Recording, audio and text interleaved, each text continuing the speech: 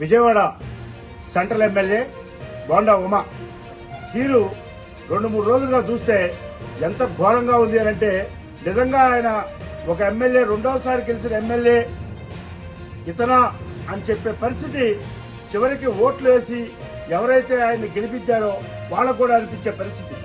నిజంగా ఆయన భాష రెండవసారి ఎమ్మెల్యేగా పనిచేస్తా ఉన్నాడు. మాజీ మంత్రుల వాళ్ళు, మాజీ ఎమ్మెల్యేలు, ఓ జిల్లా పార్టీ అధ్యక్షుడు వెల్లంపల్లి శ్రీనివాస్ గారు మాజీ మంత్రివర్యులు 2 సార్లు ఎమ్మెల్యే చేశాడు. మల్లాది విష్ణు గారు 2 సార్లు ఎమ్మెల్యే చేశాడు. ప్లానింగ్ కమిషన్ చైర్మన్ గా చేశాడు, కూడా చైర్మన్ గా చేశాడు. అలానే పేరు నాని గారు మాజీ మంత్రిగా పనిచేశాడు, 3 సార్లు ఎమ్మెల్యేగా పనిచేశాడు. అంబటి రాంబాబు గారు మాజీ మంత్రిగా పనిచేశాడు, 2 సార్లు ఎమ్మెల్యేగా పనిచేశాడు. రాష్ట్రంలోనే ఒక సీనియర్ నాయకుడిగా ఉన్నాడు. అలానే దేవినేని అవినాష్ గారు ఆయన ఇవాళ జిల్లా పార్టీ అధ్యక్షుడిగా ఉన్నాడు. ఒక బలమైన ప్రతిపక్షానికి 40% ఓటింగ్ ఉన్న ప్రతిపక్షానికి ఒక జిల్లా అధ్యక్షుడిగా ఉన్నాడు. 2014లోనే ఆయన ఆ రోజున కాంగ్రెస్ పార్టీ తరఫున ఎంపీగా నిలబడటం కానీ, తర్వాత ఎమ్మెల్యేగా నిలబడటం, 2 సార్లు ఎమ్మెల్యేగా నిలబడటం కానీ జరిగింది. కానీ గెలుపడం సహజం. గెలవచ్చు, ఓడిపోవచ్చు. గెలిచినంత మాత్రాన కిరీటాలు రావు.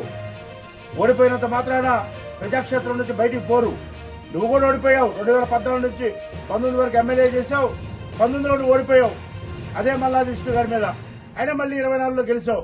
ప్రజాక్షేత్రంలో గెలుపడం సహజం. కానీ నీ భాష ఏదైతే నిన్న బోండా ఉమా వాడిన భాష, తురే వాడు వీడు నత్తిపకోడి కొడక, లేకపోతే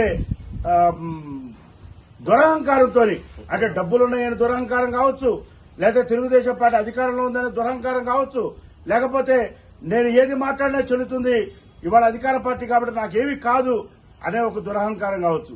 ఏదైనా అహంకారపూరితమైన ధోరణితోని నిన్న ఆయన మాట్లాడిన భాష, పేరు నాని గారిని పట్టుకుని మీ ఇంటికి వస్తా అంటాడు. నువ్వు మీ ఇంటికి వెళ్తే వైఎస్ఆర్ కాంగ్రెస్ పార్టీ శ్రేణులు అందరూ కూడా విజయవాడ సెంట్రల్ నియోజకవర్గంలో ఉన్న నీ ఇంటికి రాదా? వాళ్ళ ఇంటికి నీ ఇల్లు ఎంత దూరమో నీ ఇంటికి వాళ్ళ ఇల్లు కూడా అంతే దూరం. జిల్లా వైఎస్ఆర్ కాంగ్రెస్ పార్టీ శ్రేణులు హెచ్చరిస్తా ఉన్నాం. బోండా ఉమా ఖబర్దార్, మాట్లాడేటప్పుడు ఒళ్ళు దగ్గర పెట్టుకో, భాష నోరు అదుపులో పెట్టుకో. నోరు ఉంటేనే రాజకీయంగా నువ్వు ఎదగలుగుతావు. నువ్వు గతంలో కూడా 14 నుంచి 19 మధ్యలో కూడా శాసనసభలో ఎమ్మెల్యేలను పట్టుకుని నా కొడక తొక్కి పాతేస్తా అని చెప్పి మాట్లాడావు. అది ఆ రోజున ఎంత ఘోరమైన మాట. ఇవాళ వరకు ఎవరు అసెంబ్లీలో మాట్లాడాల అట్లాంటి మాట. ఆ రోజునే చంద్రబాబు నాయుడు గారు ఖండించి నీకు 2019లో టికెట్ ఇవ్వకుండా ఉండుంటే చంద్రబాబు నాయుడు గారు ప్రజాస్వామ్యం విలువలు, నైతిక విలువల గురించి మాట్లాడొచ్చు. కానీ ఆ రోజు నిన్ను ప్రోత్సహించాడు.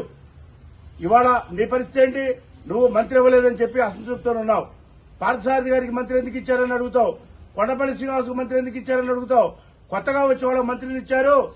నేను సీనియర్ని, నేను ఎప్పటి నుంచో పనిచేస్తున్నాను, నాకెందుకు మంత్రి ఇవ్వలేదని చెప్పి నువ్వు అసంతృప్తిగా ఎన్నో సందర్భాల్లో నువ్వు ఎన్నో వేదికల మీద మాట్లాడావు.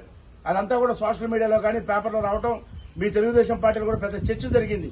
నువ్వు మంత్రి కావాలి కాబట్టి నువ్వు నీ తెలుగుదేశం పార్టీలోనే చిచ్చు పెట్టే విధంగా వ్యక్తుల పేర్లు చెప్పి నువ్వు మాట్లాడటం ఎంతవరకు నైతికత అని చెప్పి అడుగుతా ఉన్నాం మేము.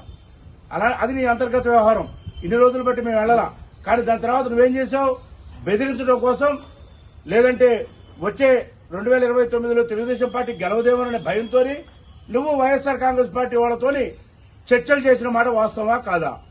నువ్వు పార్టీ మారాలనే ఆలోచన వైఎస్ఆర్ కాంగ్రెస్ పార్టీ శ్రేణులకు తెలియజేసిన మాట వాస్తవమా కాదా? నువ్వు ప్రమాణం చేసి చెప్పు.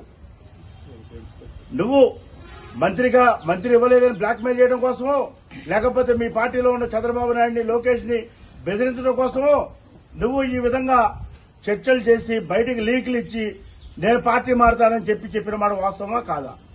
ఇవాళ అది బెడిసి కొట్టేసరికి అంబటి రాంబాబు గారు నువ్వు ఒక కార్యక్రమంలో కలుసుకొని ఆలింగనం చేసుకున్నారని, దాని మీద ఎప్పటి నుంచో కోపంగా ఉన్న తెలుగుదేశం పార్టీ అధిష్టానం దాని మీద నీకు తాకీదులు ఇచ్చి, నీకు నోటీసులు ఇచ్చి, నిన్ను సెంట్రల్ ఆఫీసు పిలిపించి వాళ్ళు వార్నింగ్ ఇవ్వడం జరిగింది.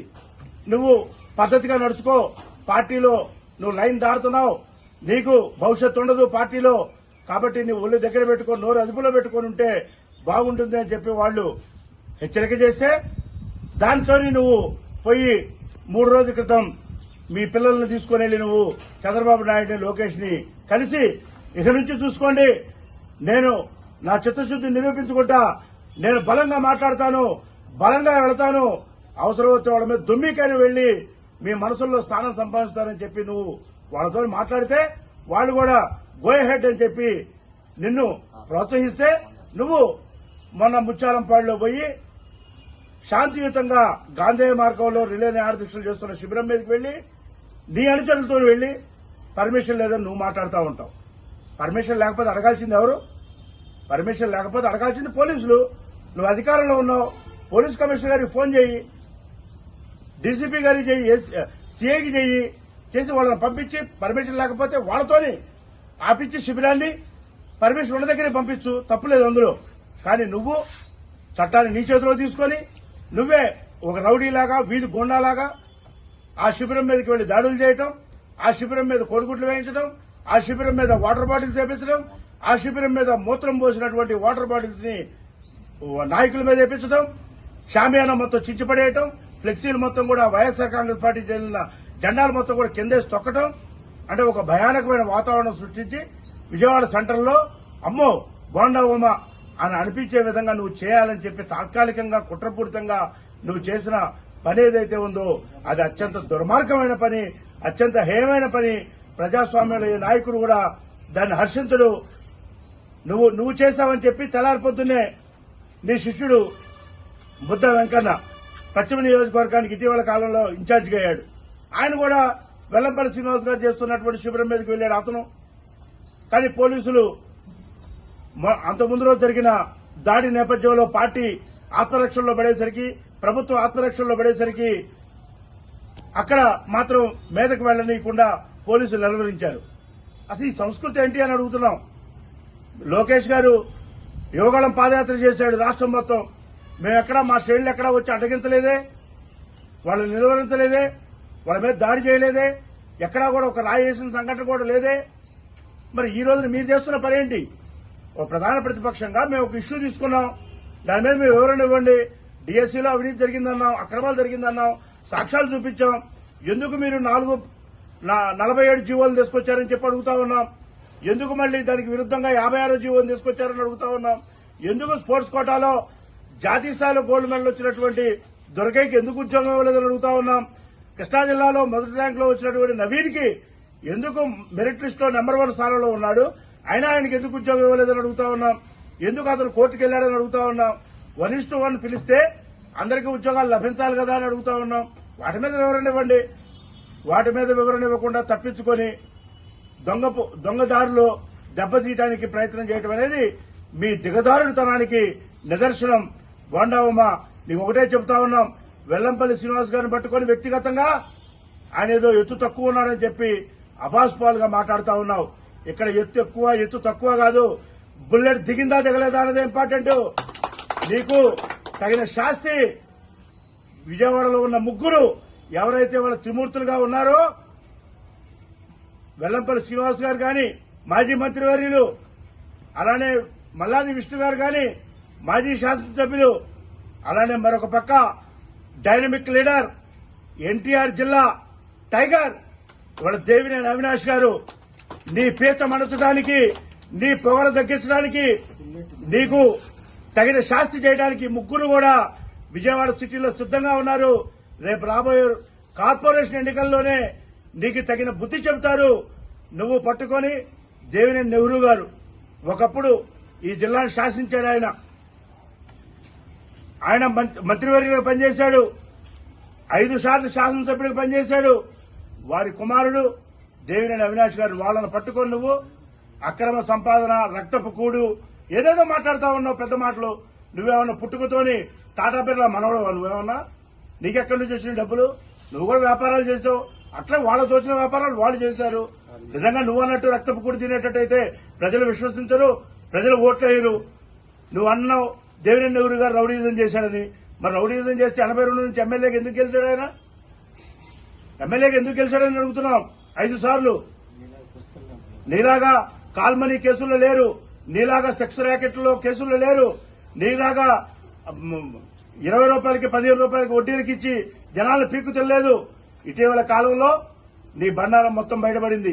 నువ్వు లెనిన్ సెంటర్లో వ్యాపారం చేస్తున్న వాళ్ళ దగ్గర, ఒక్కొక్కళ్ళ దగ్గర నువ్వు ఎంత డిమాండ్ చేశావు? 5 లక్షలు డిమాండ్ చేశావు. కోటిన్నర డబ్బులు అడిగావు ఆ షాపుల వాళ్ళందరినీ. వాళ్ళందరూ కూడా వైఎస్ఆర్ కాంగ్రెస్ పార్టీ నాయకుల దగ్గరకు వచ్చారు. వస్తే వాళ్ళన్నీ కూడా మొర విని ఇటు అవినాష్ గారు జిల్లా పార్టీ అధ్యక్షుడు గాని, సెంట్రల్ నియోజకవర్గ మాజీ శాసనసభ్యుడు విష్ణు గారు గాని, అలానే వెస్ట్ మాజీ మంత్రివర్యులు వెల్లంపల్లి శ్రీనివాస్ గారు గాని ఆ బాధితుల పక్షాన వాళ్ళు వచ్చి ప్రశ్నించారు. నీకు ఓట్లేశారు, నిన్ను గెలిపించారు. వాళ్ళకు అండగా ఉండాల్సిన నువ్వు వాళ్ళ దగ్గర డబ్బులు రుబాబు చేసి డబ్బులు వసూలు చేయడం ఏంటి అని చెప్పి ప్రశ్నించడం తప్ప? అది నిజం కాదా? అది నువ్వు ప్రమాణం చేయగలుగుతావా? నాకు సంబంధం లేదు ఈ డబ్బులు అడిగిన దాంట్లో అని చెప్పి నువ్వు ప్రమాణం చేస్తావా? కాబట్టి నువ్వు డబ్బులు అడుగుతున్నావు, నువ్వు డబ్బులు దోపిడీ చేస్తున్నావు, నువ్వు దారి కాసి రోడ్ల మీద వ్యాపారాలు చేసిన వాళ్ళ దగ్గర కూడా డబ్బులు వసూలు చేస్తున్నావు.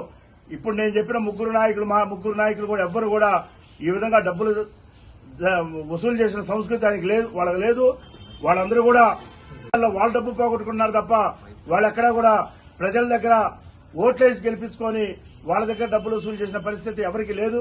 అలానే పేరు నాని గారిని పట్టుకొని బియ్యం కుంభకోణం అంటావు. నీ గవర్నమెంటే ఉంది, నువ్వు విచారణ చేయి. మీరు తప్పుడు కేసులు కట్టి బెదిరించి పేరు నాని గారిని ఏదో మీ పార్టీలో చేర్చుకోవాలని ప్రయత్నం చేస్తే ఆయన ఆ కేసు నా ఇంటికితో సమానం, నాకేమీ కాదు, నేను జగన్మోహన్ రెడ్డి గారితోనే ఉంటా, నా ఊపిరి పోయేంత వరకు కూడా నేను జగన్మోహన్ రెడ్డి గారితో ఉంటా అన్నాడు తప్ప మీతో మంత్రాలు చేసి మీ పార్టీలో మారతానని ఎప్పుడు కూడా ఆయన అలానే అంబటి రాంబాబు ఆయన ఇంటి మీద పోయి దౌర్జన్యం చేశారు. 6 గంటలు అరాచకం సృష్టించారు, కార్లు పగలగొట్టారు, కుటుంబ సభ్యులు నానా దుర్భాషలాడారు. ఆయన మొక్కు అని ఆత్మవిశ్వాసంతో ఒకటే చెబుతున్నాడు ఆయన, నేను ఆఖరి నిమిషం వరకు వైఎస్ఆర్ కాంగ్రెస్ పార్టీతోనే జగన్మోహన్ రెడ్డి గారితోనే ఉంటా అన్నాడు. ఎక్కడ భయపడలా, నీకులాగా తెలుగుదేశం వాళ్ళతో చర్చలు చేయలా. నువ్వు చేసావు వైఎస్ఆర్ పార్టీ వాళ్ళతో చర్చలు పార్టీ మారాలని.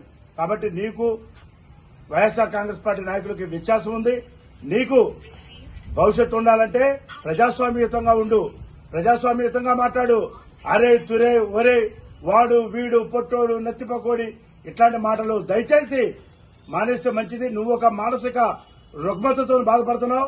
ఆ మానసిక రుగ్మతని నోటి దురదగా మార్చుకోబాకు. ఆ నోటి దురదను తగ్గించుకుంటే నీకు తగిన శాస్తి జరగకుండా ఉంటుంది.